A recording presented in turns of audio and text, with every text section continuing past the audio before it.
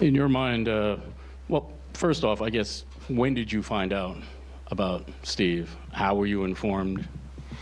About 1:15, I woke up from my nap and turned to the right and seen it on ESPN.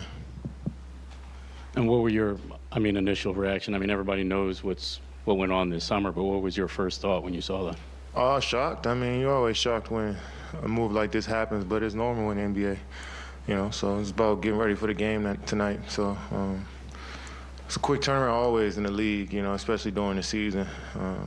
You got practice games coming up, so you can't think too much about it, but, it was on the mind for a little bit today.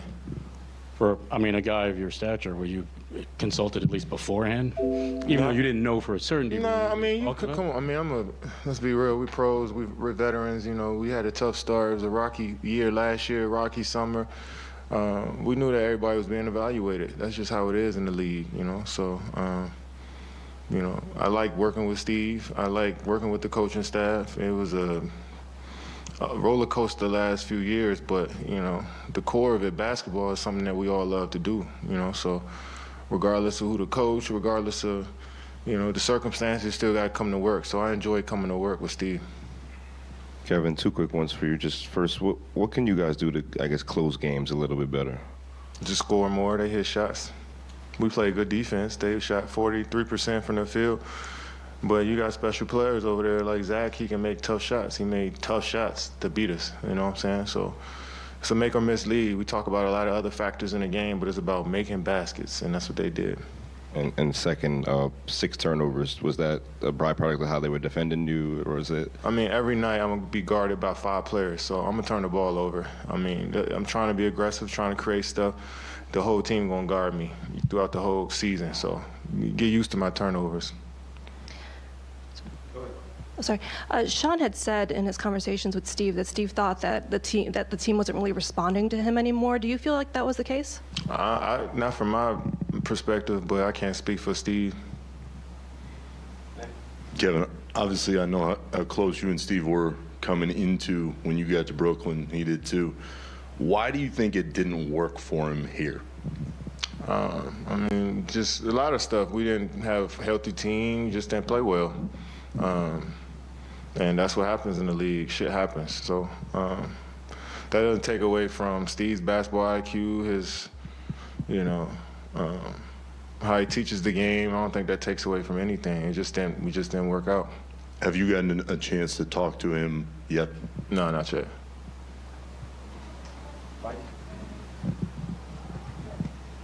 Kevin, you were saying the last few years have been a roller coaster between, starting from Nash to all the stuff with Kyrie the last few years. Do you ever think there might be too much volatility around you guys, and that kind of stops us, a hindrance to stability and to winning over a period of time? That's the NBA. Everybody got volatility if you want to look at it. It's just a matter of outside people might look at what we do as bigger than what it is, but we come to work every single day. Guys ask for trades before, coaches get fired. We have disagreements in our locker room. It happens in the NBA, so. But at the end of the day, we all came to work. It just didn't work out on the floor.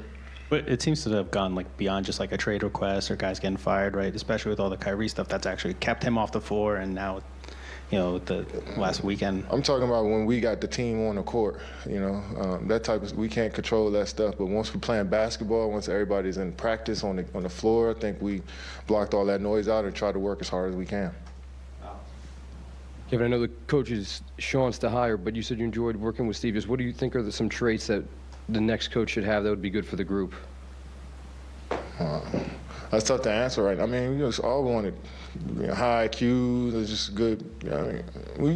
Shit. I really can't give you a whole breakdown, but just want a good coach. I'm sure Sean and the staff going to do a good job trying to figure that out. Brooklyn when he was hired in 2020.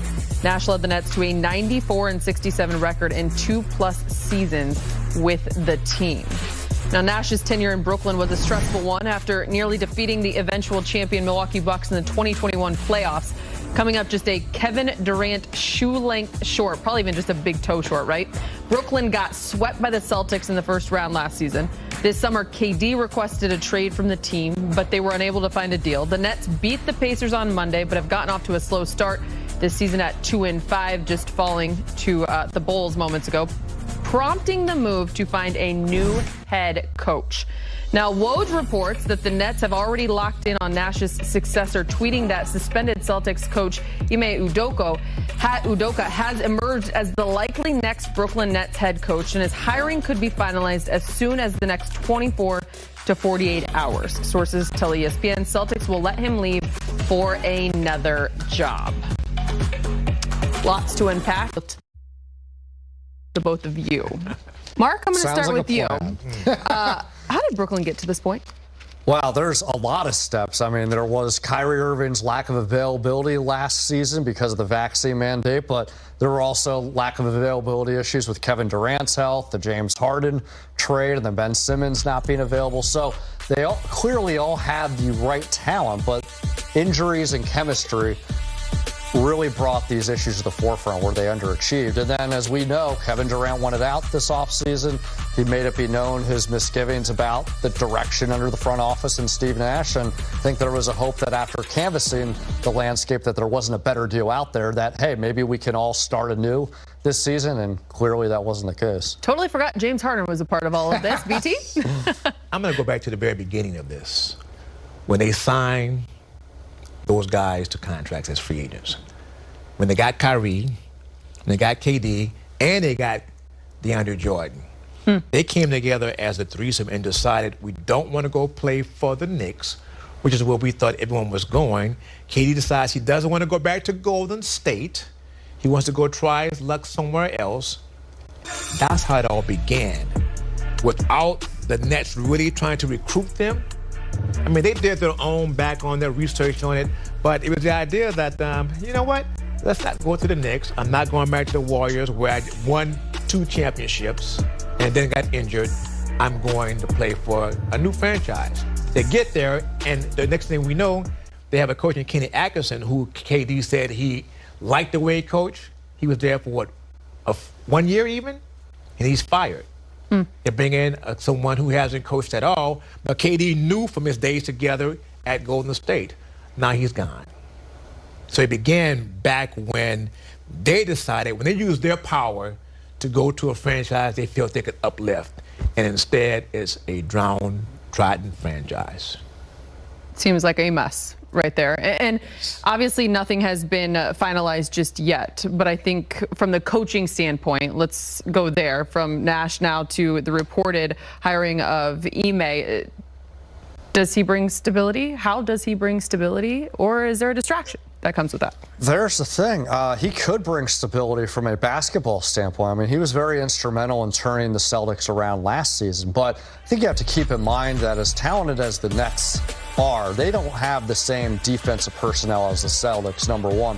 And number two, off the court, there's a lot of questions. I mean, obviously, Ime Udoka is serving a 1-year suspension from the Celtics for a reason. And while the Nets have vetted the situation, you can be mindful that maybe some of those circumstances don't apply toward an organization. You also never know. And the Nets at this point are trying to find things to infuse positive culture and organizational stability.